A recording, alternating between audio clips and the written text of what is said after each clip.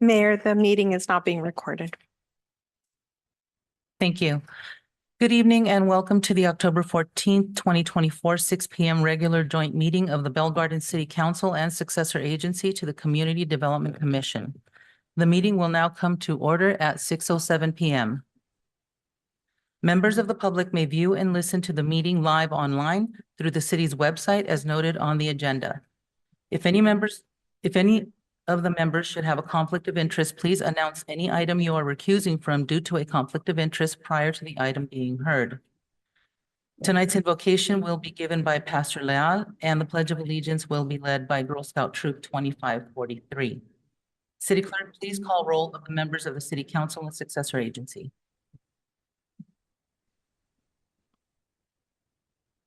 Thank you, Mayor. Did you want to first have the invocation and pledge of allegiance? Sorry.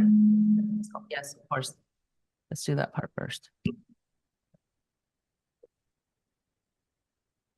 Good evening, Madam Mayor, our councilmen and councilwomen. All the staff, it's so great to be here. As I was walking to the parking lot, such a beautiful afternoon. Where are so blessed. And the Bible says as we enter the presence of God and we pray, we should always enter with gratitude. So let us come to our feet, please, and let us bow our heads and let us introduce ourselves before the Lord. Father, we just want to thank you for our city mayor, Father, for each one of the councilmen and councilwomen, the staff, and everybody that makes the city work. Father, thank you for the great job that they do. Father, for the police department and for each one of them. Father, as we come before you, we just want to ask your presence, your guidance, your wisdom to be upon them in a very special way. We ask this in the precious name of Jesus, and can we say amen? Thank you.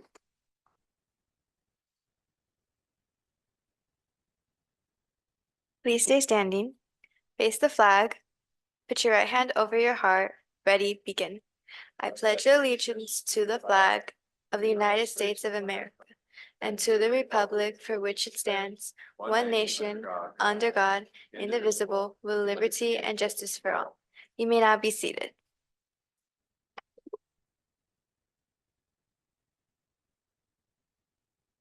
Okay, now, City Clerk, please call roll of the members of the City Council and Successor Agency. Yes, thank you, Mayor. Members of the Council and Successor Agency, Chavez. Present. Councilmember Sanchez. Present. Mayor Pro Tem Barcena. Present. And Mayor Gomez. Present. Thank you. We will now move to the presentations. However, we are going to be moving, we only have one presentation tonight, so we'll be moving that to next week. It's the National Code Enforcement Appreciation Week proclamation, and that will be for next meeting. Sorry, not next week, for next meeting. And with that, we will now begin with item number 1 on the agenda. At this time, I will open the public hearing at 6:10 p.m. City Manager, will you please introduce this item? Yes, thank you, Mayor Gomez. This item is a consideration of Ordinance 951, amending Title 9, Zoning and Planning Regulations of Bell Gardens Municipal Code to regulate certain electronic displays. I'll turn it over to our Deputy City Manager, Community Development Director, Gus Romo, for a presentation on this item. Thank you, Mayor.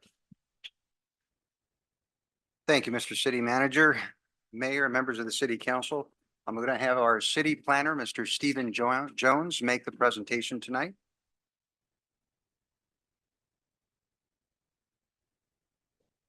Deputy City Manager, Mr. City Manager, Madam Mayor, and honorable council members. My name is Stephen Jones, City Planner for the City of Bell Gardens Community Development Department. And our presentation will be up momentarily.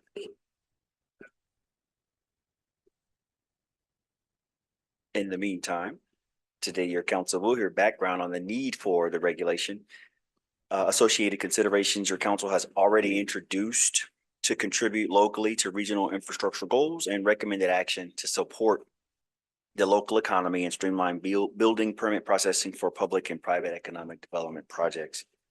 And as stated just a moment ago, your council has already considered ordinance number 950, which was for electronic permitting for electric vehicle charging stations, or rather the permit streamlining for that. And here we are.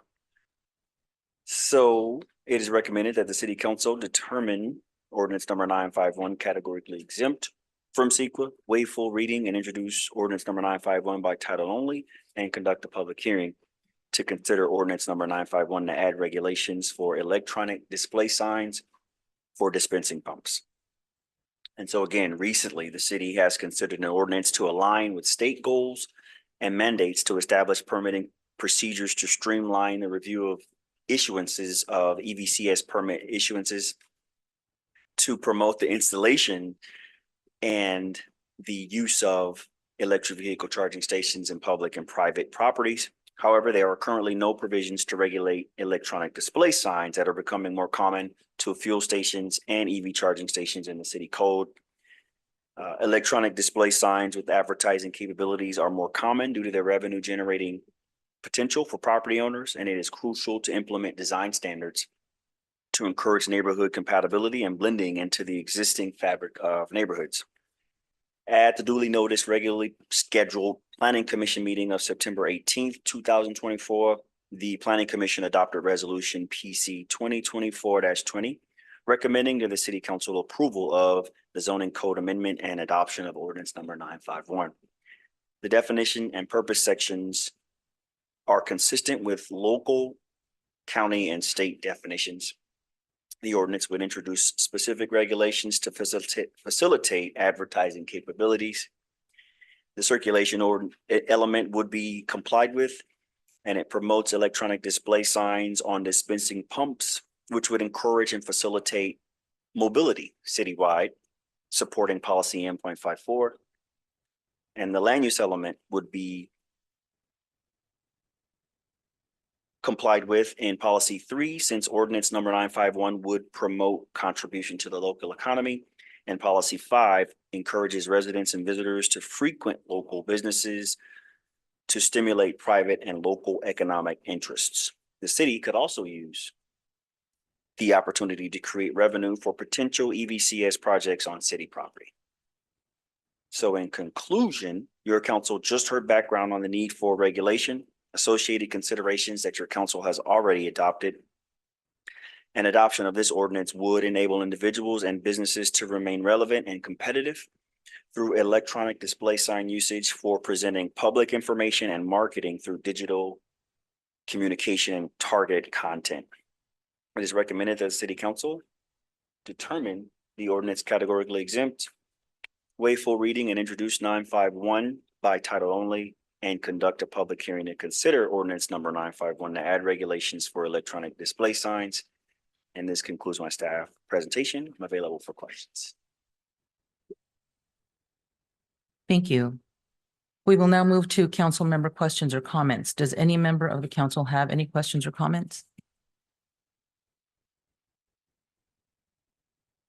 I just want to know if there's any, or if there are any businesses currently waiting for this to pass in order to implement some type of monitor or screen at their local businesses, or is it just something that we're doing to comply with the changes? Yes, Mayor Pro Tem, this is something that the Super A particularly has asked for. And so we did get some feedback about not having standards and having no real mechanism to address this. So this is something that has come with EVCS, but also as a result of folks asking for it, looking for ways to increase their revenue. Thank you. Any other questions? So I do have a question. So you were talking about how these could help us to generate revenue for the city. And can you talk a little bit more about that? Sure. At some point, the public infrastructure could accommodate the EVCS charging stations rather as well. And so if the city has a program to implement their own charging station, whether it be on the public right of way or in publicly owned property, we could use that as an opportunity to generate revenue from advertising. In the same way that the billboards and other electronic displays afford. And do we have an estimate of what that would cost At this point, and how no. that would be funded? We may have some general idea, since we looked at the EBOD or the electronic billboard overlay districts, those generate a lot more, let's say, than what standard smaller EVCS advertising would produce. So an order of magnitude, I don't have a number for you exactly, but we also have no EVCS right now. So that's something we could look into to say, once we look at if there's going to be a state mandate, for example, for those charging stations on private and public property, we could look at what it would mean to generate revenue from those. And in order to pay for this, is there do you know of any like grant programs, grant funding, anything that could be accessed to cover whatever the cost may be? Yes, Madam Mayor, there are programs now that are advertising, or excuse me, targeting smaller jurisdictions to, again, look at regional goals for improving the air quality, for example. So facilitating EVCS charging stations across the region. So there are opportunities for us to look at grants. We have several partnerships with the Gateway Cities Council of Governments that keeps us abreast of information and grant opportunities to implement those charging stations. So we could look into that as well and see what the city could offer in terms of not only bringing grants to install, but programs that would help us navigate the landscape of a new advertising frontier. So we actually are involved in several grant opportunities now, looking at the feasibility of us applying and being awarded those grants. Great, thank you so much. If we have no more questions or comments, we will now open public comments for this item. I will call 3 speakers at a time. Please make your way over to the podium to line up. City Clerk, please announce the instructions for public participation. Yes, thank you, Mayor. Members of the public will now have an opportunity to speak on public hearing item number 1 as listed on the agenda. Please state your name for the record before addressing your comments. Each speaker is limited to 3 minutes. Callers wishing to make a comment may do so at this time by dialing *9 from your phone. And when instructed, dial *6 to unmute yourself. Individuals joining us through Zoom may make a request to make a comment by using the raise hand feature and select the unmute or the microphone icon when instructed. We will first hear from speakers that are in person, and we did not receive any written communications, and I did not receive any public comment cards for this public hearing item number 1. Okay, thank you. If there is no objection by members of the City Council Successor Agency, I will close public participation for public hearing item number 1. If there are no further council member questions or comments, I will now close the public hearing at 6:20 p.m. May I have a motion to waive the full reading and introduce ordinance number 951 by title only to add regulations for certain electronic display signs? Make a motion. May I have a second? Again, City Clerk, please conduct a roll call vote. Yes, thank you, Mayor. Councilmember Chavez? Aye. Councilmember Sanchez? Yes. Mayor Pro Tem Barcena? yes. And Mayor Gomez? Yes. Motion passes.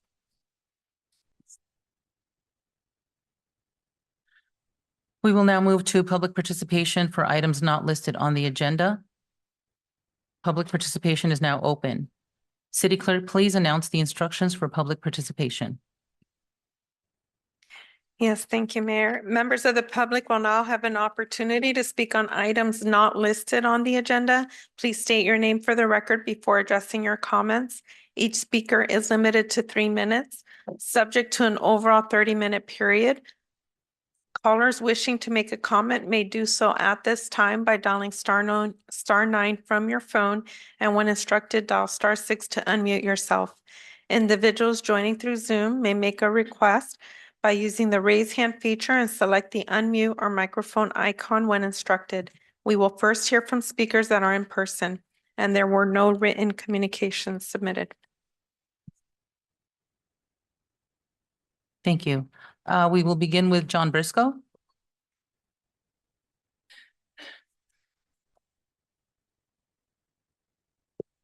So I'm John Briscoe, your family man. Es uno de nosotros. So un poquito mexicano, mi tatarabuela was from Baja California in 1905. That qualifies a little bit. I'm running for US Congress to represent you as your family man, John Briscoe. I'm holding my sign up. Is that where the camera's aiming from? Okay, put it over here, or over here. I'll hold it up here. John Briscoe. I've been on your ballot a few times. I was on your ballot in March. I defeated 2 other people to be on your ballot now in November. Your family man. Es uno de nosotros, John Briscoe. I'm running on 3 major things. First of all, overarching, no new taxes. No new taxes. We don't need to tax how much stuff you have, how much your home is worth. No new taxes. There's 3 big areas that I believe concern my communities in the northern tier. That would be Bell Gardens, Bell, Huntington Park, Maywood, and Commerce and Cudahy. And that is, one, is the paychecks are too small. Inflation at 30% for the last 3.5 years is killing my families up here. Killing. $6 a dozen eggs, $6 a gallon gas.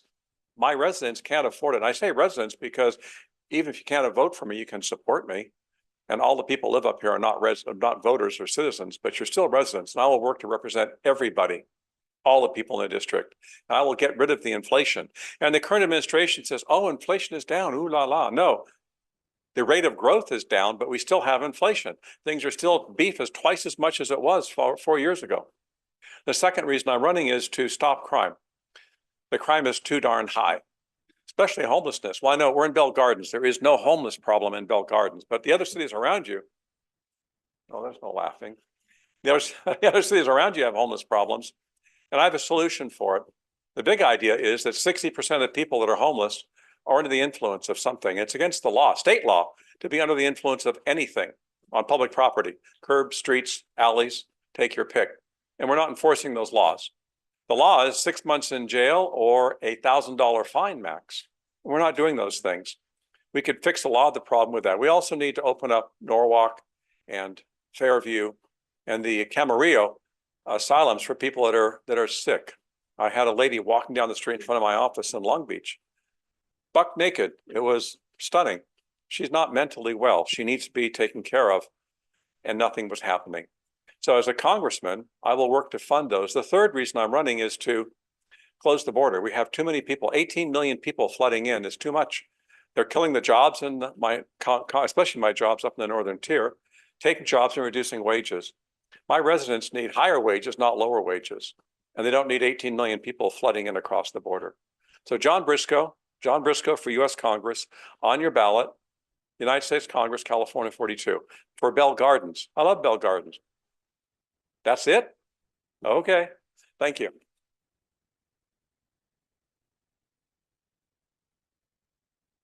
The next speaker is Victoria.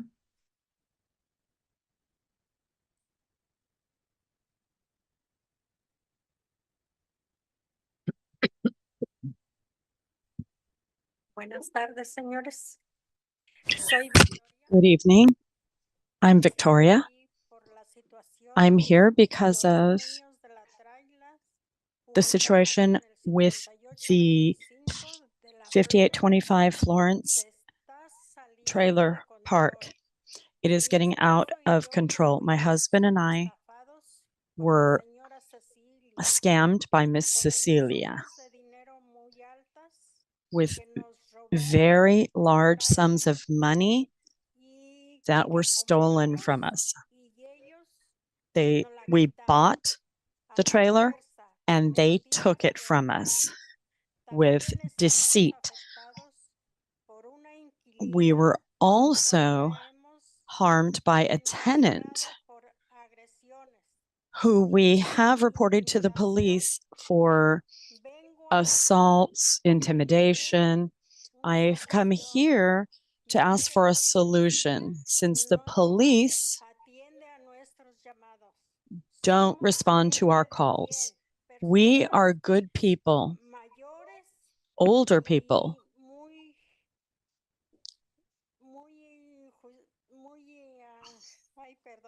And we're very, I'm sorry.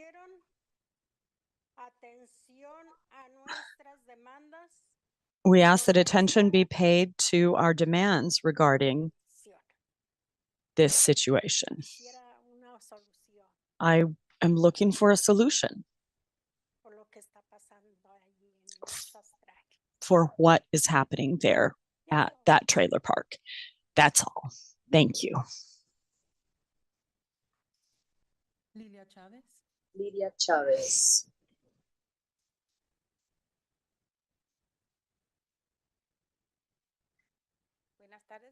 Good evening. Miriam Chavez again. Sometimes it seems like we only come to complain, but this time we're here to thank everyone who has paid attention to this place where we're living. This lady is just doing the same things, but I'm here to thank you because Jorge was there, and I thank him. He went in and he learned about everything that's happening, and I don't know how it ended up, but with the person with the bad odor and the animals and everything, she's there, but there are people trying to do their jobs. I know that you all are not going to be able to fix everything because there's more than just this woman and the landlady. I would like you to please investigate this a little more because atrocities are happening. People are taking the trailers, taking these people's homes, and these are people who don't know the law and don't know how to deal with this. But I definitely appreciate the attention that you have given us with especially Jorge and Marcos, but I hope that you will read between the lines and see exactly what's going on because there's more going on than what you know. Thank you. Lisa Luna.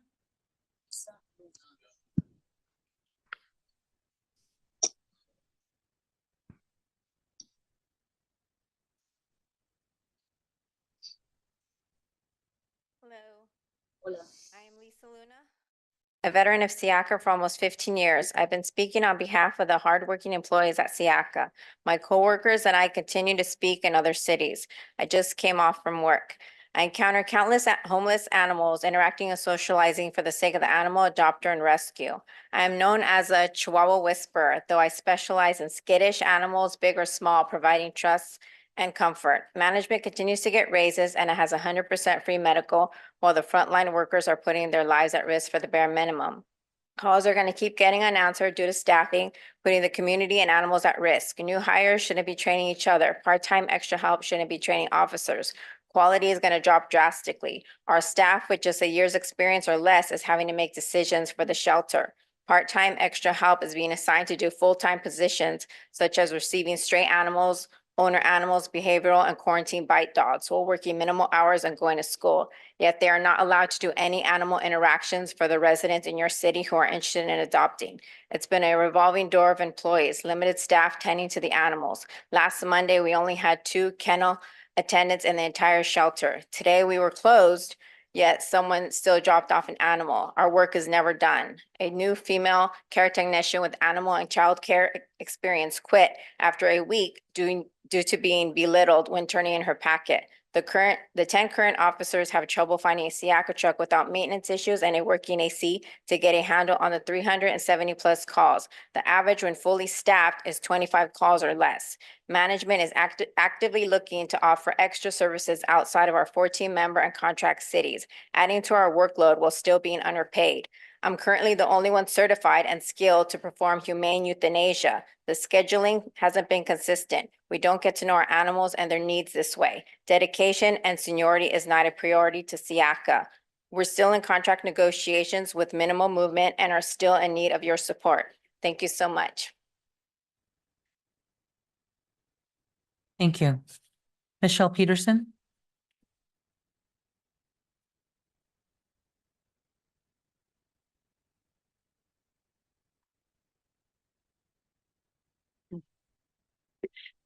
Good evening. My name is Michelle Peterson. I'm also a 15-year SIACA veteran. As Lisa said, one of the few. There's so few of our staff members that have been there, even double-digit numbers. The animal control officers that we have, I can think of 3 that have been there more than 5 years. We have a terrible staffing problem. I'm sure you have heard complaints from your residents. We've certainly heard many complaints that the response time is incredibly slow. People want to come in and interact with an animal to decide if they want to adopt it, and we don't have enough staff for interactions. On Saturdays, we only have adequate staff to do 30 vaccinations, or a total of 30 pets for vaccinations. It's reached a critical point. We're having trouble just maintaining the level that we have right now. And this isn't even our busy time of year. That was June and July. We are in negotiations with management. We've been working without a contract since July 1st, 2023. The negotiations are sluggish at best. We are seeing very little movement. There doesn't seem to be any reason in the eyes of management to make the job attractive. Right now, Siaka animal control officers start at $16.74 an hour.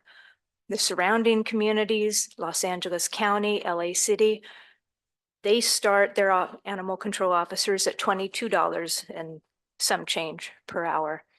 So why wouldn't somebody start at Siaka, get trained, get a little experience, and then go to one of the surrounding areas? I mean, it's kind of a no-brainer. Why would anybody stay at Siaka is really the question. We are very interested in maintaining the job that we've been doing.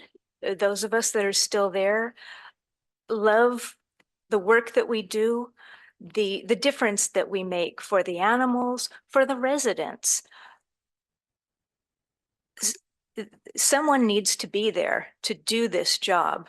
And if management won't make the job attractive, they will not be able to retain employees. So we're asking for your support to encourage them to work with us. Thank you. Thank you. Chuck Lior? Did I say that right? You can call me Carlos. Carlos. I'm in Bell Garden.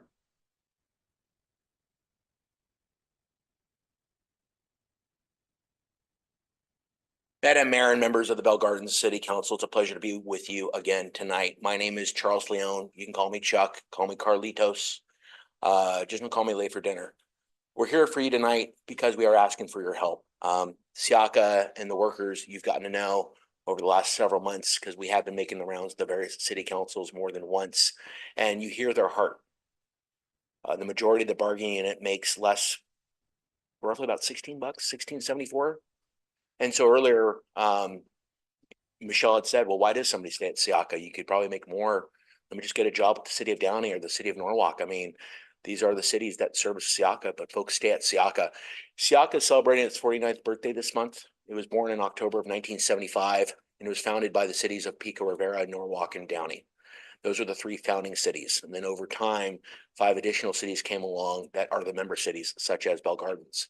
And those 8 cities in total all are reps on the Siaka board. It meets the 3rd Thursday of every month. Mr. Bartzarena, of course, as you know, has been the rep for Siaka, and each month it meets. And then there are these contract cities that Siaka has as well. In total, it's 14. But it's just the 8 member cities that sit on the Siaka board. And those are the 8 cities that we really have been reaching out to ask for assistance and ask for help. When we started, we've been without a contract for more than a year. Slow movement. City wasn't serious. The agency wasn't serious about talking about money. They were just squibbling over just low hanging things at the bargaining table without actually getting to the meat of things. Back in May, we decided to go to the Board of Commissioners. First, we met with Mr. Bartzarena, who was there, of course, and the other reps, and met them for the first time. We made a presentation, packed the room back in May, and at that time, Siaka was sitting on $1.25 million of revenue of cash. And this year, the budget was passed in July. This year's budget for Siaka has $600,000 more revenue, more money than it did last year. we're speaking before you because there's a longstanding history and culture at Siaka of being dismissive of workers, of being arrogant. They've been able to do this and get away with it for so long because, in my opinion, the light really hasn't been shined on Siaka. It's a joint power authority. You know, as long as, you know, the city thinks that its issues are getting tended to and the animals are able to have a place to get housed, and if there's a call you have here, somebody's able to pick it up. Hey, look, you know what? Less headaches. But the reality is that Siaka over time used to have double the size of staff. Cities used to have dedicated resource officers. You don't have that anymore. How do you have 14 cities and you have only 4 full-time ACOs? Your revolving door is so bad that probationary employees are training other probationary employees. The problem is so bad that right now here in Bell Gardens, you can't be confident that if somebody goes to Siaka this coming Saturday, that they're going to have enough staff to even provide the vaccines. Cross your fingers that they have the staff. We need your help. We need your support, Madam Mayor. We are great.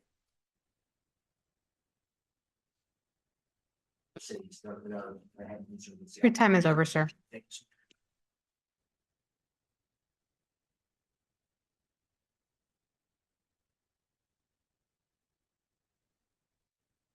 Okay. If there is no objection by the members, I will close public participation.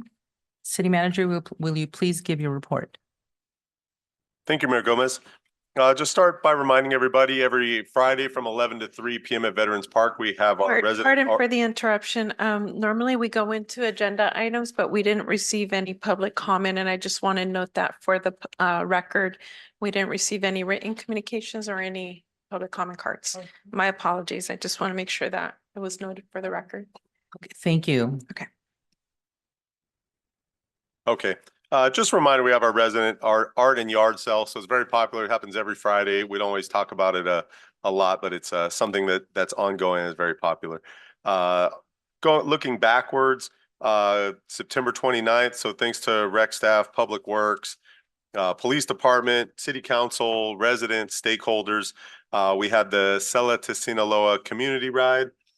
Celebrating a residence ride all the way from Bell Gardens to Sinaloa on a bicycle with some spare inner tubes and some other provisions.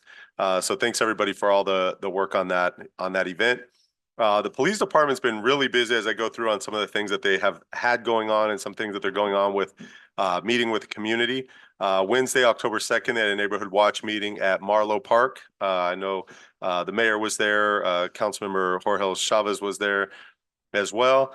On Friday, October 4th, Spirit Family Centers had their candlelight vigil for survivors of domestic violence. So again, thanks to the council, staff, residents, members of Spirit, and other stakeholders that participated in that event. That Saturday, I know the police chief, and I'm sure other police department staff participated in a smoke alarm giveaway and installation program. The next day, October 6th, Sunday, we had the first Memorial Eddie Cochran car show. That was with the Selicawanis, the Bombers, and a couple of the American Legion, the Bicycle Hotel and Casino helped sponsor as well too. So that was a great event, all day event. Somewhere in the several thousand total participants and visitors. So that one was something we'll look forward to in future years. On Wednesday, October 9th, over McDonald's, the police department had a coffee with a cop that was also well attended. The following day, Thursday, October 10th, police department had an open house, Faith in Blue edition, that was also well attended, and the weather was great out there in the evening in the north parking lot. Moving on a go forward basis, tomorrow we've got our regular monthly rent stabilization workshop for owners here at 4 p.m. Also tomorrow at 5 p.m.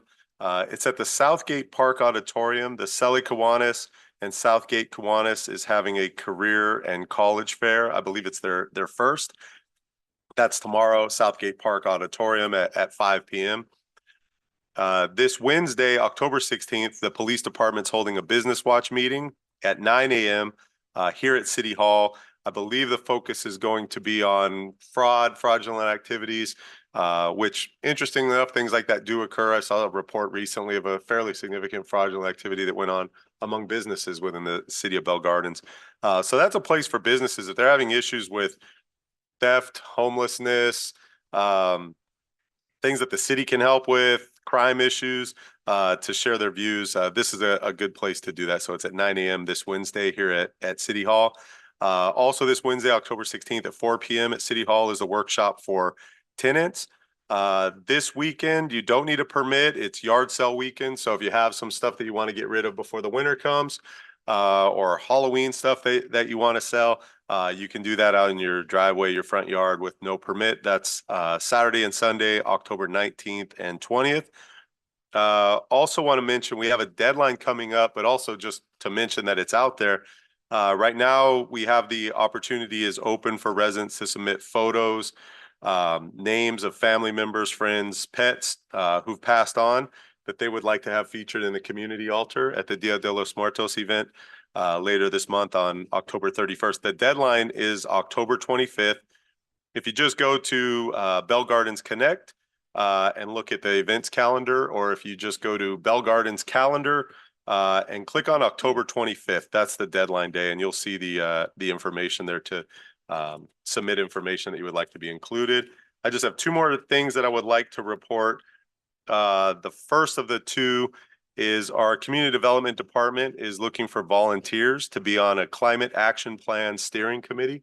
So the city's working on a climate action plan. What we're looking for is residents or other stakeholders in the city that may have experience in healthcare, may have experience in sciences, environmental issues, if they're involved in a nonprofit, if they've suffered from some environmental issues, from every angle that you could think of that a resident or a stakeholder in Bell Gardens might have something to add to the steering committee that's will help put together this climate action plan.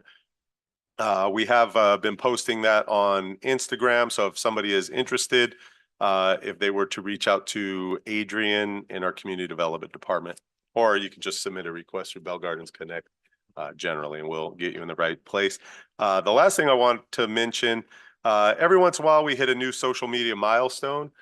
Always appreciative to Hyla Soto, the assistant to the city manager, and also to Jen Pineda, the executive assistant to the city manager, serving as a backup and assisting Hylas. So we're up to 8,000 followers on Instagram. And I think, I always go back to mentioning Councilmember or Mayor Pro Tem Barsana back in 2019. We met personally, Hylas, myself, Marco, and talked about setting up social media for the city. At the time, we had a goal of 2,000 to 3,000 followers in a 1 to 2 year time frame. It took us about 2 years to get to 4,000 followers. Now we're getting about 800 to 1,000 new followers every 7 to 8 months. I think Hylas has some ideas on what generates new followers, videos. Squirrels. What was it? Squirrels. Squirrels. So thanks, I think just thanks everybody for the support on the social media side of things. It's a really effective way for us to get information out. We used to write press releases, put those out. Not a lot of press might be interested. In this case, we put something out. There's 8,000 followers that get the information. And out of a city of about 39,000 residents, according to the census, if you figure each follower hopefully covers 2 or 3 people by word of mouth, we're getting up to maybe a 75% coverage rate. So I just want to say a big thanks to Hylas for keeping up with the social media posts all weekend long at night and things of that nature. I think the next one will be 9,000, and then we'll have to do some sort of a big celebration. I think when we get to 10,000 followers, which based on the way the numbers are going, will be in about 14 months. So maybe 13 if Hylas gets super creative. So thank you, Mayor.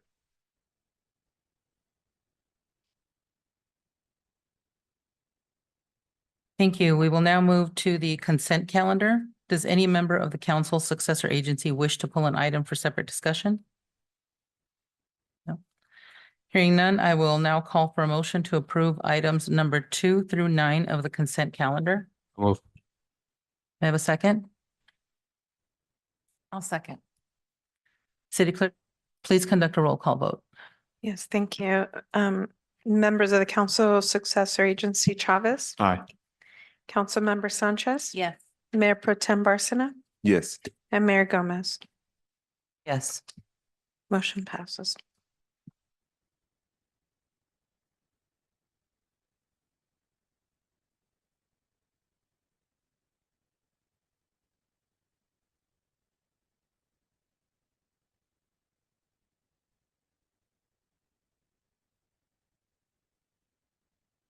City Manager, will you please announce discussion item number 10?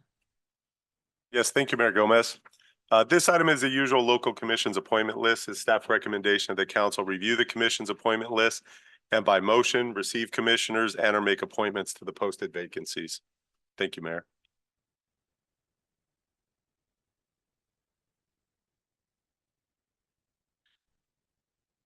Does any member of the council have any changes to make? No, none? Okay, so may I have a motion?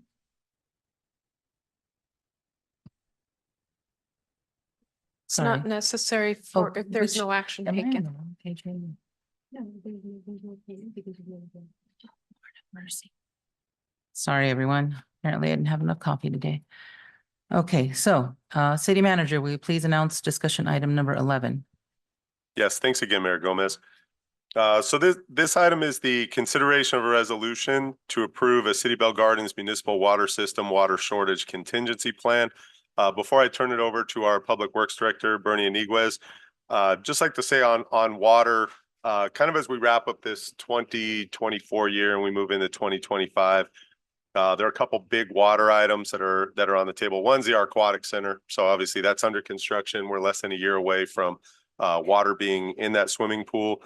Two, we continue working on the water system, specifically funding the design and funding of a cleanup process for the well water that we have in the city of Bell Gardens. And the next thing that we're always working on trying to get ahead of is the next drought. We have a La Nina cycle that's coming. So while we had an excess of water this last year with all the atmospheric rivers, not necessarily expected to continue going forward, and state law requires for us to plan for these potential future shortages. So with that, I'll turn it over to Bernie. Thank you, Mayor. Thank you, Mr. Kelly. Good evening, Honorable Mayor, members of the City Council. I'll give you some background. In 2021, Governor Newsom signed SB 552 into law, and this established drought planning requirements for small water suppliers. These are systems with less than 3,000 connections and serving less than 3,000 acre feet of water per year. Our water system has approximately 1,650 connections and serves approximately 1,000 acre feet per year. Therefore, our system is subject to SB 552. And Bernie, just to clarify again, I know we talk about water a lot, but it's been a little while. The reason there's 1,650 connections, that doesn't sound like a lot for the whole city of Bell Gardens. Just a reminder for the council and for anybody watching, approximately 30% of the customers for residential water are served by the city's municipal water system. The other 75% are served by the Golden State Water Company. So this plan would be just specifically to the water system that's owned and operated by the city. That is Thanks, correct. Bernie. Yeah, Golden State has their own plan, but they serve more customers.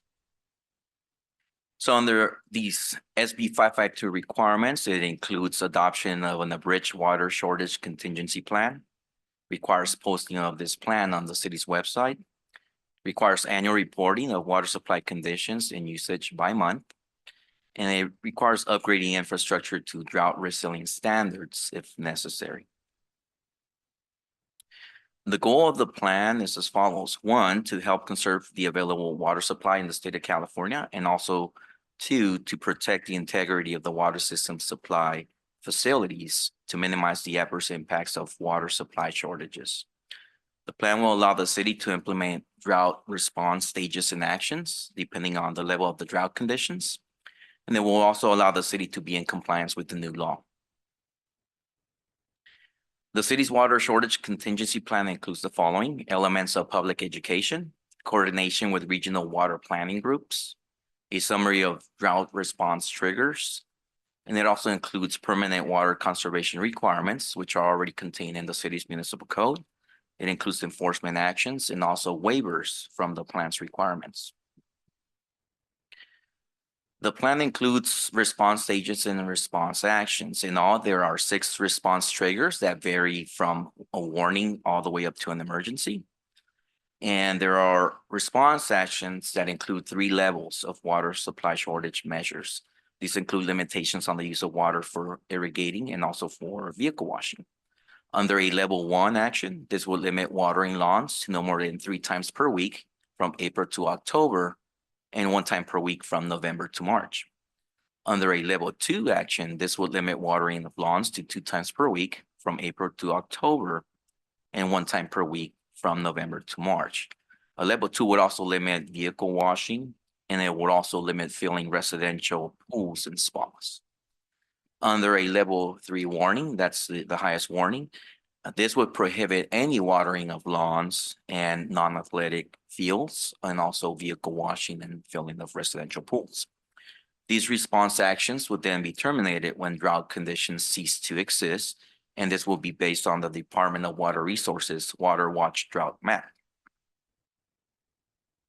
Staff recommends that the City Council adopt the resolution approving the City of Bell Gardens Municipal Water System Shortage Contingency Plan. That concludes my presentation, and I will be happy to answer any questions. Thank you. Does any member of the council have any questions or comments? Just for clarification, this plan is only for the non-residents that don't get serviced by the Golden State Water Company, correct? That is correct, just for the Bellflower Municipal Water System. Got it. Thank you. Thank you. And Bernie, I think just for the council's knowledge, the Golden State Water would be expected to have a similar plan, maybe some small variations between them as far as the response, or would their responses to the same triggers be identical? Their plan is actually more I wouldn't say egregious, but more prevalent than ours. Ours is more of an abridged plan because we're a smaller system. They're a larger one, triggering over the requisite number of accounts. So Golden State actually already has their in place for the last couple of years.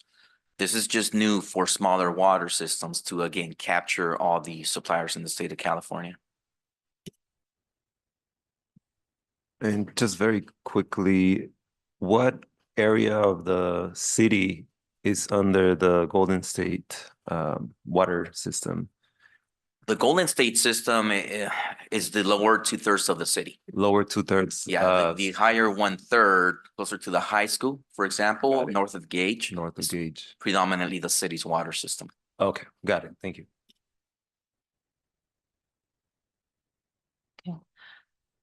May I have a motion to adopt resolution 2024-82 approving the City of Bell Gardens Municipal Water System Shortage Contingency Plan? I'll move. May I have a second? A second. City Clerk, please conduct a roll call vote. Yes, thank you, Mayor. Members of the council and successor agency, Chavez. Aye. Councilmember Sanchez, Yes. Mayor Pro Tem Barcena, Yes. and Mayor Gomez. Yes. Thank you. Motion passes.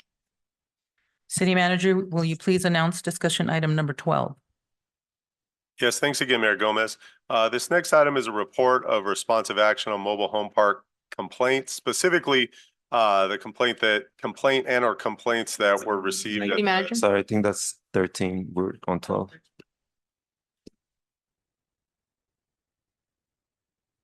Mine might be too much caffeine. Sorry about that, Mayor and Council. My apologies. Item number 12 is a resolution in support of Measure G for a more accountable, transparent, representative LA County government. This is a ballot measure. This item was requested by Councilmember Chavez for the council's consideration in signing a resolution that would support this measure. So with that, I will. Actually, we don't have a presentation for this, so I can talk this through a little bit, and then I'll turn it over if Councilmember Chavez wants to say a few words about it. Take it away, Mike. Okay, so this is a ballot measure that the county has put on the ballot. It somewhat uniquely has support from several Board of Supervisors, and it also has opposition from several Board of Supervisors of LA County. So the supervisoral board currently is 5. It would be increased. The argument for it would be that there would be additional representation in areas that may feel otherwise underrepresented. So if their representative currently it's 1 of 5, maybe doesn't know that particular area of their supervisorial district. If you had 8 supervisors, the likelihood that your supervisor would have a better understanding of your specific community would be greater. The opposition argument is that it's additional bureaucracy, It would cost more money, even if which there is a requirement that it can't cost more financial dollars. But the argument would still be that there's additional effort that may not just be financial, but it'd be other resources and time and energy that goes into managing, staffing, supporting 8 supervisors as opposed to 5. Also includes an elected office of the CEO, which would be somewhat akin to a mayor of the county. It includes a position that currently does exist.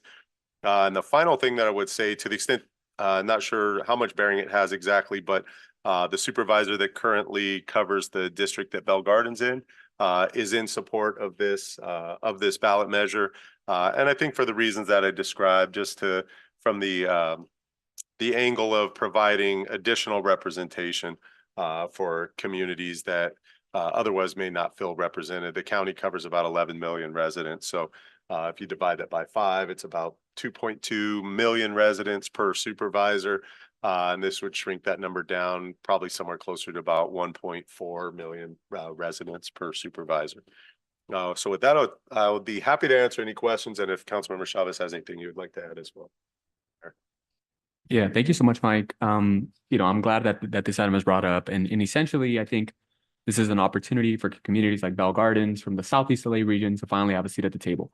And I'm really happy to see that we have strong leaders like Supervisor Janice Hahn, Supervisor Lindsay Horvath, and Supervisor Isla Solis that for the longest have been pushing for reform at the county level.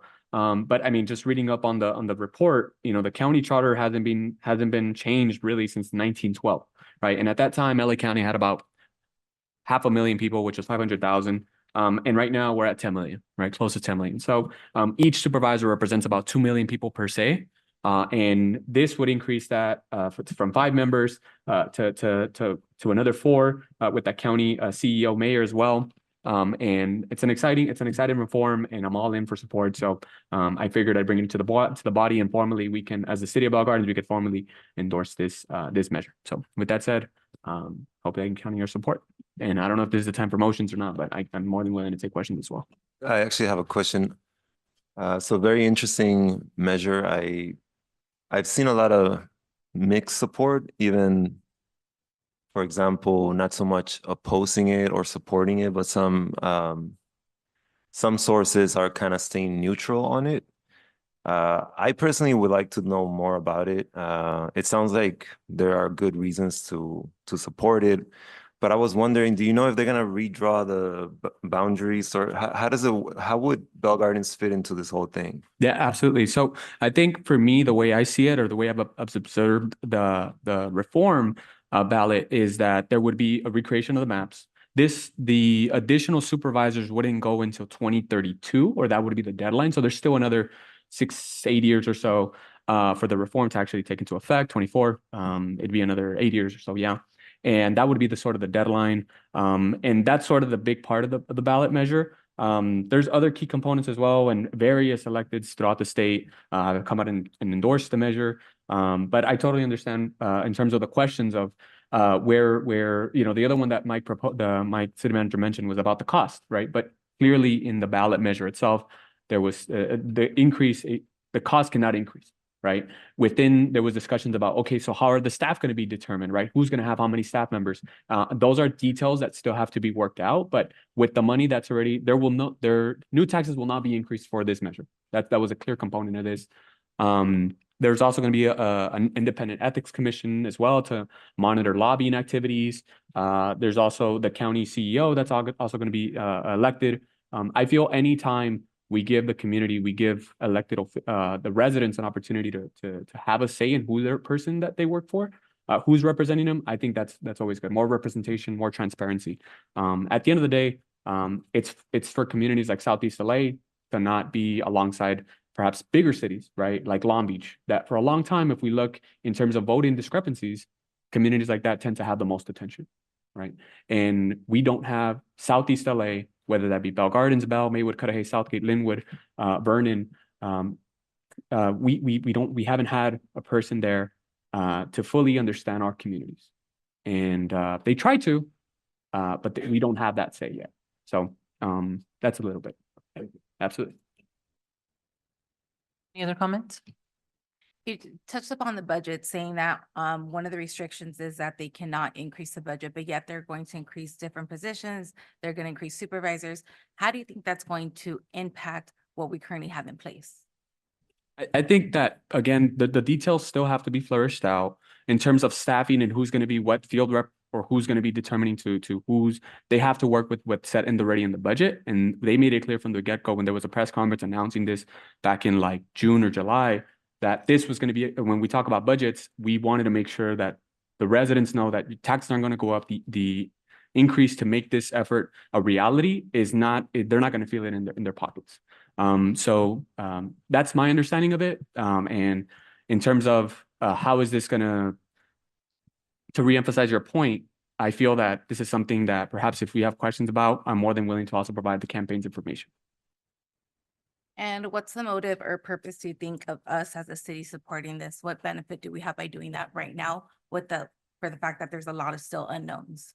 I feel that, I mean, I think if we want to make sure Bell Gardens is the forefront leader across the Southeast LA region, I think it has to be a city like ours.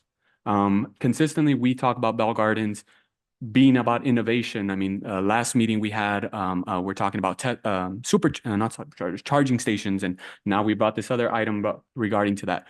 I think if we really want to take Bell Gardens to the next level, I think it begins at the government side, right, with the county supervisors, and ensuring that we can say, set the standard, set the precedent for our neighboring communities like Maywood, like Bell, like Huntington Park, and Linwood and Southgate. And my hope is they would also fall in line and say, hey, you know what?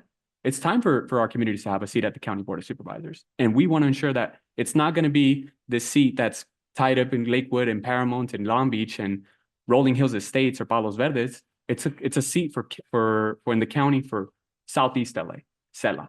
That's why. Thank you.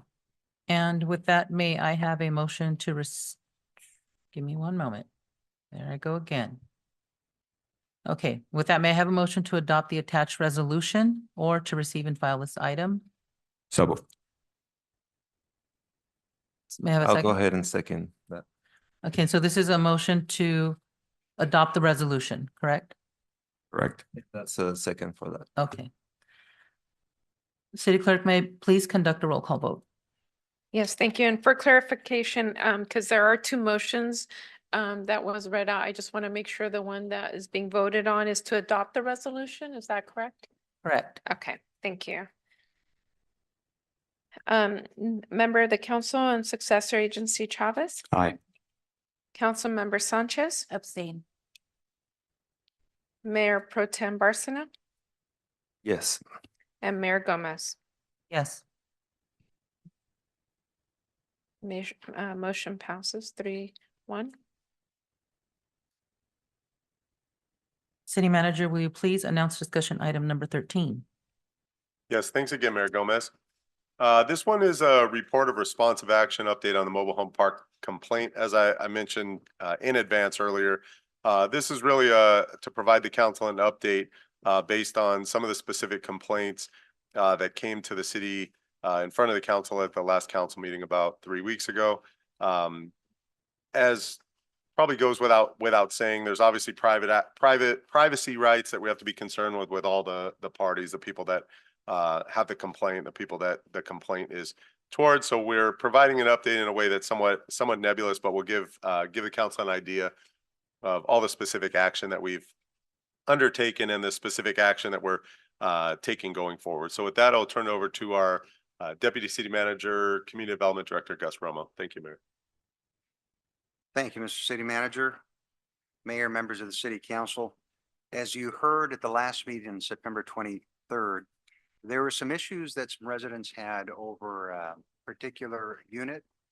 And during the time that the city staff has been looking at not just one mobile home park, but all 20 of the mobile home parks that we have, there are issues throughout. And one thing to keep in mind is that the jurisdiction for the mobile units falls under the state Housing and Community Development Department. And as what was brought up before, there is one inspector per 1,000 units. So it's only those that have life and safety issues that get recognized and are acted on quickly. We have been in contact with our inspector, who actually happens to be in Riverside. We have the information that we pass along to residents so that they can contact them with their issues. But there are certain issues that we can take care of. For instance, there was an issue of too many dogs on the property. Well, that is not tied to the unit. It's specifically our municipal code that says you can only have a certain number of dogs on a property. So that we can go ahead and issue a notice of violation, follow up with a citation, etc. But when it comes to the structure of the unit, that jurisdiction falls under the state, again, state HCD. So let me give you a little bit of background on this, and I won't read through this whole thing. This is just for the record. By the way, this should say July 17th, 2024. My apologies for the error in the date there. We received complaints about odor, feces, and excessive number of pets at this particular unit. Code enforcement officer went out, was not granted full access. And again, the other issue that we have is sometimes the residents will not provide that access. So in this case, because they were elderly, we had a concern that nobody was answering. So our police department went out there on a wellness visit. Again, they found that no one was hurt, everything was okay. But because of the odors that were coming from this unit, we brought in social services. And so social services also went out there to do a wellness check. But again, if the resident does not want the service, they cannot force them to have that service. We also had Siaka go out there, and you heard from Siaka earlier today how busy they are, how stressed they are, understaffed and so forth. We were fortunate to have an inspector come out with us. They went ahead and looked at the situation, and they did find that it was an issue. But again, they need access to be able to go in. They could go ahead and try to force the issue and get the DA to issue a notice to go out there to be able to enter the property. And sometimes what they'll do is they say, hey, city, you take care of that. But again, animal control is not under our purview. So we have to make sure that animal control does their job. So just to go through this has gone forward. We visited, we put up door hangers. We've done as much as we can on our side. And now what we've done is we followed up with the state legislative department because we feel that they need to get on their inspector to do more. So we have a lady by the name of Annie Cetriano. Unfortunately, she's out this week, so she hasn't gotten back to us. But we are keeping contact with her because what we'd like to do ultimately is go out there with a state representative, a county representative, visit not just one park, but several parks. Because as you know, it's not just a problem in one. The other thing I'd like to point out to you is that at the end of the day, all of our parks here are jurisdiction under the state. There are some cities that have some parks under their own jurisdiction. Like the city of Bell, for instance, they own 2 parks. They have jurisdiction, complete control over them. You could always come back and tell the state, hey, we want to take over this jurisdiction. However, that's something you can't take lightly because that responsibility is pretty hefty. It means all of a sudden you're going to double your code enforcement staff and your budget on that. So cities have to tread lightly when it comes to that. Sorry, can you repeat that? That we can take over the what? We can request to take over the jurisdiction of the parks, yeah. But again, like I said, that's very time consuming and it's a big responsibility. So if you did want staff to look at that, we could look at that process, talk to our city attorney, talk to the state to see what are the repercussions of that. Anytime I've seen a city go in that direction, they always come back and saying, no, let the state continue with what they do on their enforcement. Yes, sir. Quick question. Sorry about that, Mayor. Do you mean when you say take over, do you mean the city can purchase the trailer park?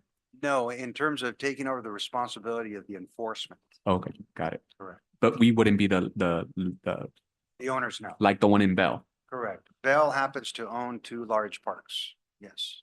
So, and also keep in mind that we struggle as staff to make sure that the residents have those resources that they call in and we try to handhold to make sure that happens. But we understand their concerns because whenever they do call, again, they run into a block wall.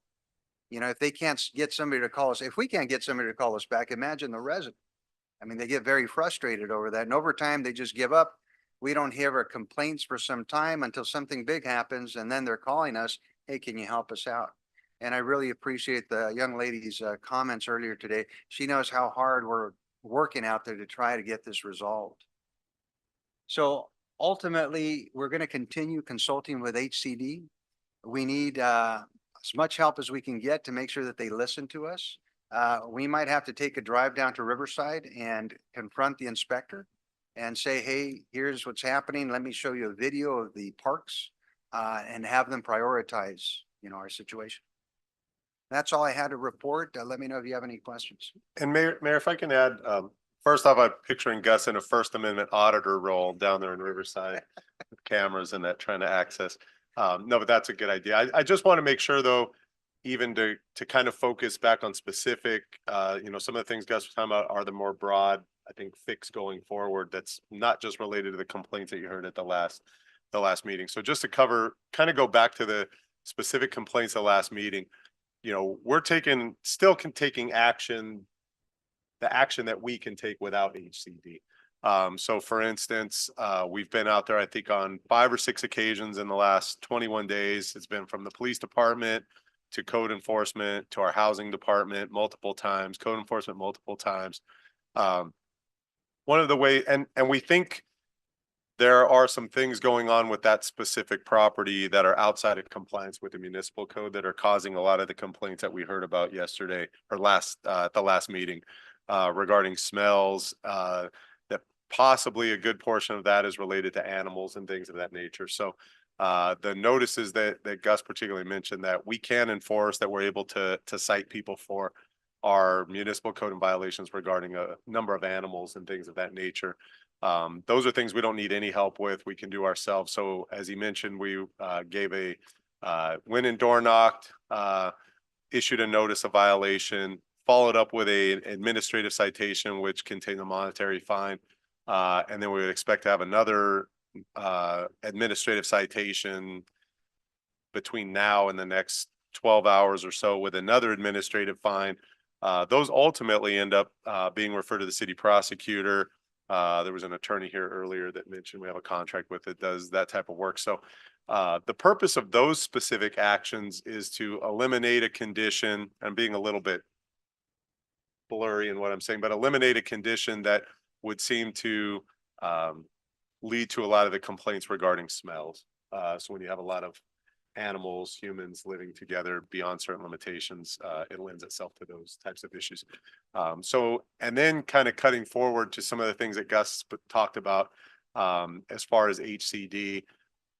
Gus and I have also talked with our code enforcement about what are some things that we can do with our municipal code enforcement abilities while we're still kind of waiting for HCD to really help us take the bull by the horns.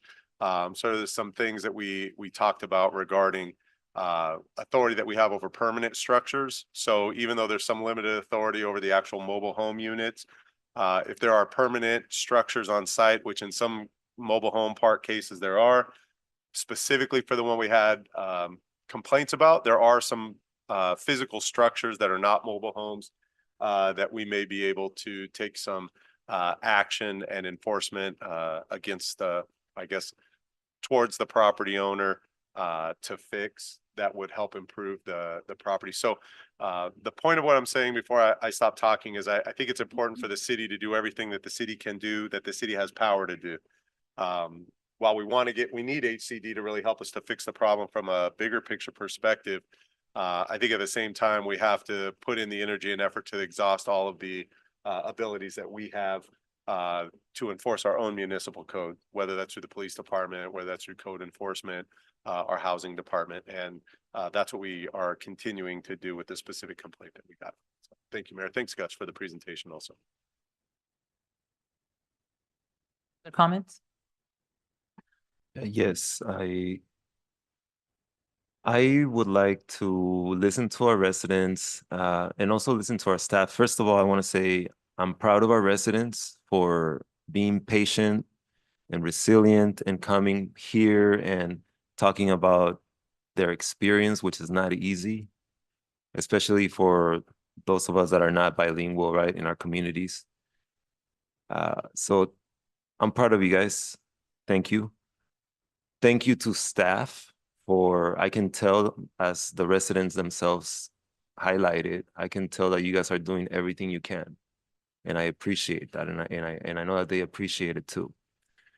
Thank you to the council, but I want to make sure that we continue to the best of our ability, right? Now that we have our residents that are actively speaking out, now that we have our staff doing whatever they can within their bounds, I feel like us as a council, we need to get a little bit organized in terms of getting a response from HCD after, if staff is not able to have that response from them, if things are lagging too much, maybe we can get a letter going, maybe we can sign that letter, maybe we can call our representatives together, right? Because we know that this is real. We know that it's a concerning matter. And we know that even if this gets fixed here, we know that there are a lot of underlying issues that are sort of replicas at different sites of these mobile home parks.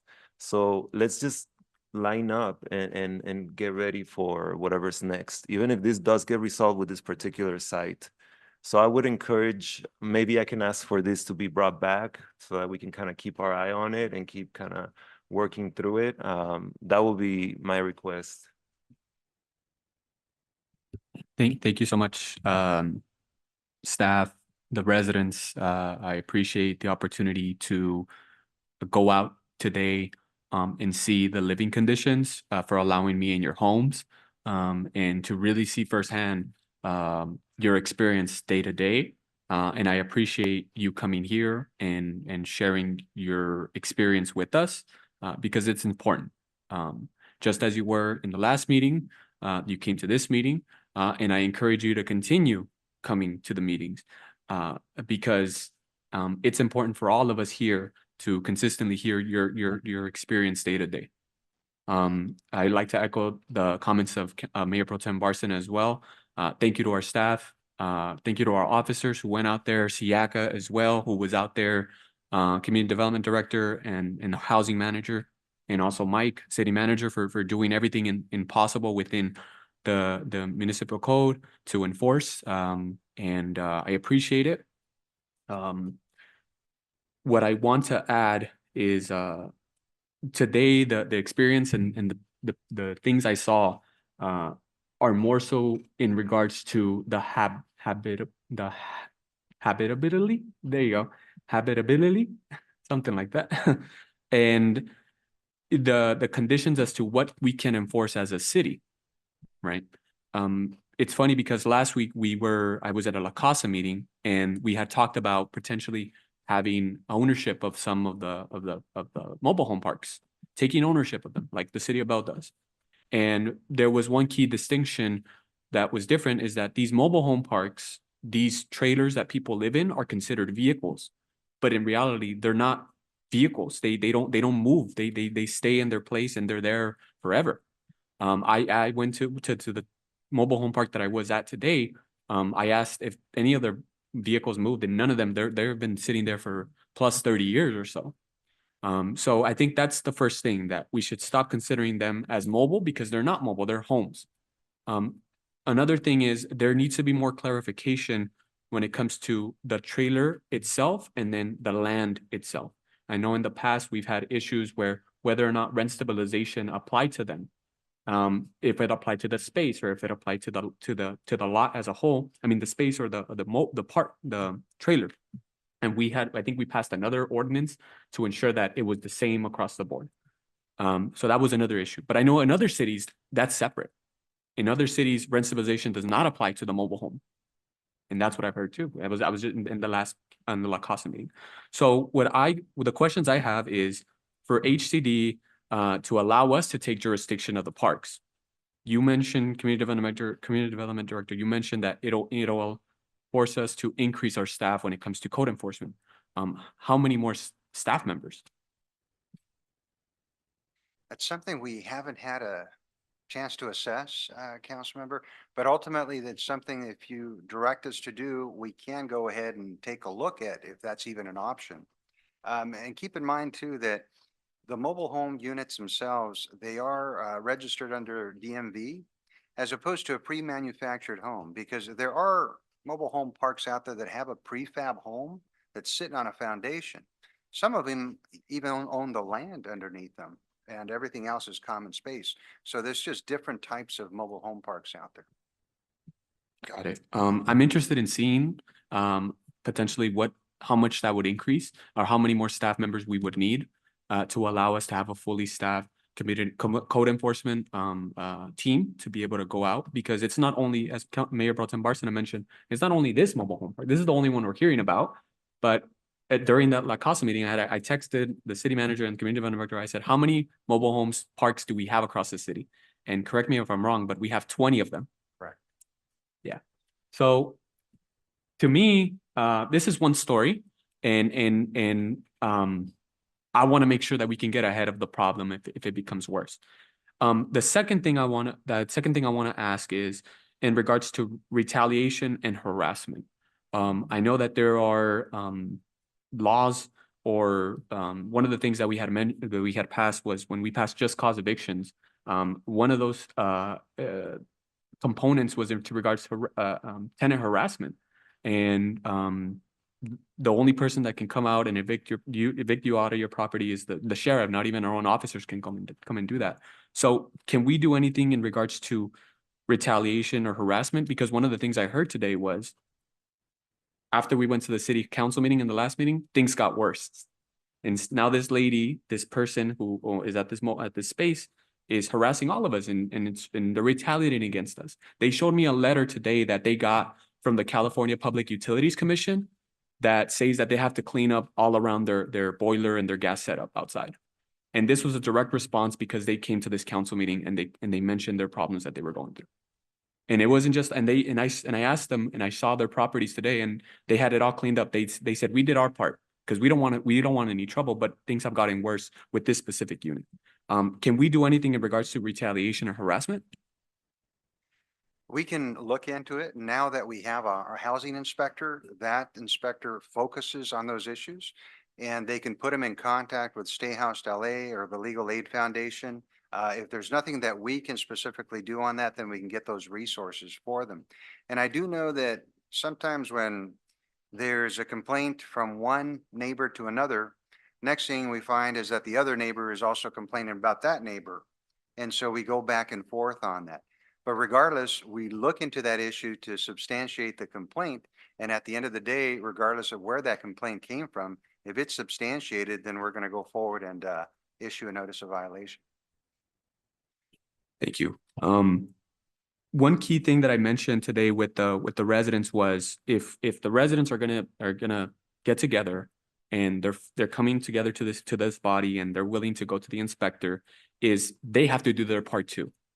And just as in my experience, I live with my parents, I'm a renter, and the landlord happens to live in the front house, and we had the insurance come in and they had to make sure that we kept everything clean for that time, because they wanted to make sure that we were fire safety and good to go. And I told them the same thing. I said, if the inspector's gonna come, you have to be in order as well. No canopy set up, everything has to be in line. And they said they're willing to go through that extent because just how bad it is.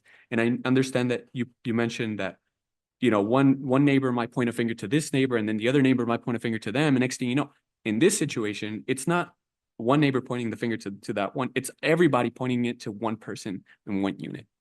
And it's just gotten worse. Specifically to habitable conditions, there's evidence where the gas setup is wrong. The electricity is wrong. SoCal Edison won't go in there to fix the situation because they don't know what they set up in that mobile home park. The map that's supposed to be used as a directory to all the units is all blocked up, and it can't be seen. And I think our officers might have seen that when they went out there. And Captain Musquiz, you can if you have anything to report about that. That was one of the things that they mentioned, that it's all blocked up. One of the residents who happens to live next to the map had a stroke. And when the fire department came up, they were knocking on every trailer trying to find where that person was. It wasn't until the resident came outside crawling that the fire department was able to see them, because they couldn't see the directory of the map. To that issue, it's not on the mobile home park tenants. At this point, it's on the mobile home park itself, right? the tenants are just, they're just trying to survive. They're trying to figure out, and they come to this body in the last meeting, they came to this body today, and consistently they're gonna come, and I'm trying to see if there's anything we can do in regards to habitable conditions with gas or electric or even the map setup. Madam Mayor, if I may. So, Councilmember Chavez, I appreciate your concerns. I do want to point out something in regards to the data that was shown or the timeline that was presented. I noticed that the beginning of that timeline marked, I think, July of this year, where you made the correction about 2023. But I wanted to point out that some of the issues regarding, beyond the odor, for example, the electricity, for example, is a big one. There are emails and there is more documentation of requests for, not for service, but to inspect, right? To get help from the city that date back, well within 2023 and earlier that year. So as we bring this back, as we continue to work on a solution that's more extensive, that is not just about this particular case, maybe we can also start compiling that data so that we can have a cohesive sort of history of how this has been brought to the attention of the council and also our departments in the past. So, but I appreciate your concerns, Councilmember Chavez. And yeah, I would like to keep this alive. So maybe we can have an item for the next meeting. Even if there's not too much that happens between now and then, I just want to make sure that we stay on it. So I'd like to just make a motion now to bring this back to the following meeting. And perhaps we can talk to the city manager if any of us have a letter that they would like to put forth and anything else that might help. So thank you. Mayor Pro Tem Barcena, I have another suggestion, and I feel like this is going to be an ongoing discussion. But I'd be willing, and this is something that maybe we could explore in more detail, because our council, we meet every second and fourth Monday, perhaps creating an ad hoc committee to maybe dive a little bit deeper into the issue, and maybe not and we can start it off with this mobile home park, but from there expand it to the other 20 or so. I personally don't oppose that, and if you guys want to put it on the agenda for the next meeting, I'm cool with that. I don't have a problem with it, and yeah, so. Would you be open to amending the motion to include it? Yeah, sure. We can amend the motion. So a motion's not necessary. You could just give direction. Okay, just direction to bring it to the next agenda, including the consideration of an ad hoc for this issue. Correct. Perfect. Thank you so much. And again, thank you, Gus, and thank you, City Manager, and thank you to the residents for coming up. Any other comments? I just want to thank you both for your comments. I completely agree with all of it, especially the part about looking into what it would take for us to regulate our own parks, because at 20 parks in this city, at 20 mobile home parks in this city, there's no hope that if HCD isn't coming out for one park, there's no hope for them to come out for any other parks. And I think that I certainly do want to issue a letter to our representatives, right, to bring this to their attention. I want to keep moving forward on that, but I also want to see what it's going to take for us to be able to regulate that. What's it going to take in terms of staffing, cost, all of that. Because the only way we're going to know if we can do it is if we know how much it costs and what we can afford to do, right? So I'd like to explore that. And with that, let's see. May we have a motion to receive and file this report? Second? I'll second. City Clerk, please conduct a roll call vote. Yes, thank you. Members of the council, Successor Agency Chavez. Aye. Councilmember Sanchez, Yes. Mayor Pro Tem Barcena, Yes. and Mayor Gomez. Yes.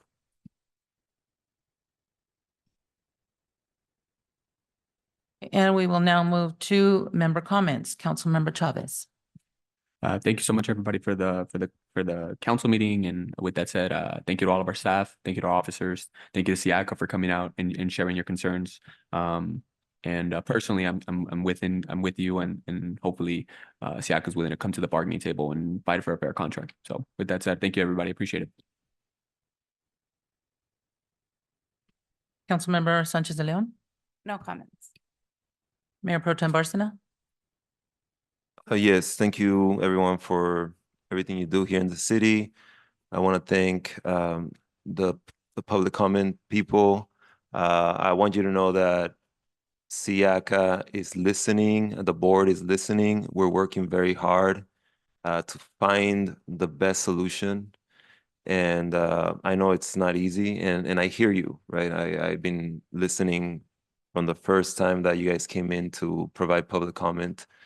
And I know that you're being honest. I know that you care about not only your own job, but that you care about your colleagues, and we care about you too. It's not easy because, as you know, we have cities that through the city, we provide funding for SIACA. So we're doing everything we can. We have closed session items that I can't speak about. But one thing that I can tell you is that the board cares, and we want to make things better. And we're working really, really hard right now to make that happen. So I appreciate you being here. I'm listening, and I feel you. So I just want to put that out there. Okay, thank you. Okay, and so I want to start with first of all, thank you to everyone who came out to give their public comments today. You know, this is what keeps us informed, what keeps us on track, and what keeps us motivated is to hear from our constituents and to hear from our stakeholders. So thank you for being here tonight and for sharing your concerns. One other thing that I want to say is I want to thank a few of our residents who took the time to write me some letters about some issues that they have, you know, concerns that they have with what's going on in the city. And I truly do appreciate these letters because I do see all of these problems. We all see all of the problems that they're referring to. We have graffiti, we have vandalism, we have, you know, people that are unhoused. We have the parking situation. Those are like our major issues that we have in the city, and we are looking for ways to address them. But the main thing I want to say is that I appreciate these letters because I know how difficult it is for people to come, you know, to a city council meeting at this hour. People are getting home from work, they have children that they need to, you know, get ready for school the next day. So it's not easy to come out here. But I appreciate that they send these letters and they take the time to write it, because this is what informs discussions with our city manager, with our departmental directors, so that we can find solutions to these problems. So thank you for that. And, you know, keep the letters coming because we need to know, we need to keep hearing from you. The other thing that I wanted to say is thank you to staff for the community bike ride, to the police department, especially for the community bike ride that we had 2 weekends ago. Our Sela to Sinaloa bike ride that is in collaboration with Sela Kiwanis. It's a fundraiser. Our Bell Gardens resident, Chayito Quintero, is currently in Gila Bend, Arizona. He rode from Yuma to Gila Bend, Arizona in 117-degree weather. And the reason he's riding is to raise funds, right? It's a fundraiser for Sela Kiwanis and for another organization here in the city that serves the community. So that's why he's doing this ride. So please check him out if you can on Instagram at Chayito01152. So you can follow his journey. He's posting from the road. Last night, he camped out at a rest stop in a tent, sleeping on the ground. And then he still got up and did another 30, 40, I don't know how many miles in 117-degree weather to raise money. So please follow his account so you can see what it's all about and support if you can. Also, yes, the car show was amazing. Wonderful job that everyone did. Thank you, Councilmember Sanchez de Leon for spearheading that. That was a great event. And I'm looking forward to all of the events that we have coming up this month of October. It's spooky season. It's going to be fun, a good time. I encourage all of our residents to please download the BG Connect app. Whenever you see, any kind of graffiti tagging, take a picture of it, upload it so that it can get taken care of as soon as possible, okay? And also, one final reminder, the elections are next month, so if you have received your ballot in the mail, you do not have to wait until November 5th to complete your ballot and to submit it. We have an official ballot drop box at the library that's right next door to City Hall. So you don't need to wait until November 5th if you got your vote by mail ballot. Fill that out and turn it in, and that way you're done with it. I was just gonna say, happy belated birthday to our mayor. Thank you so much. And with that, we will adjourn tonight. If there's no objection by the members, I will now adjourn the City Council Successor Agency meeting at 7:37 PM.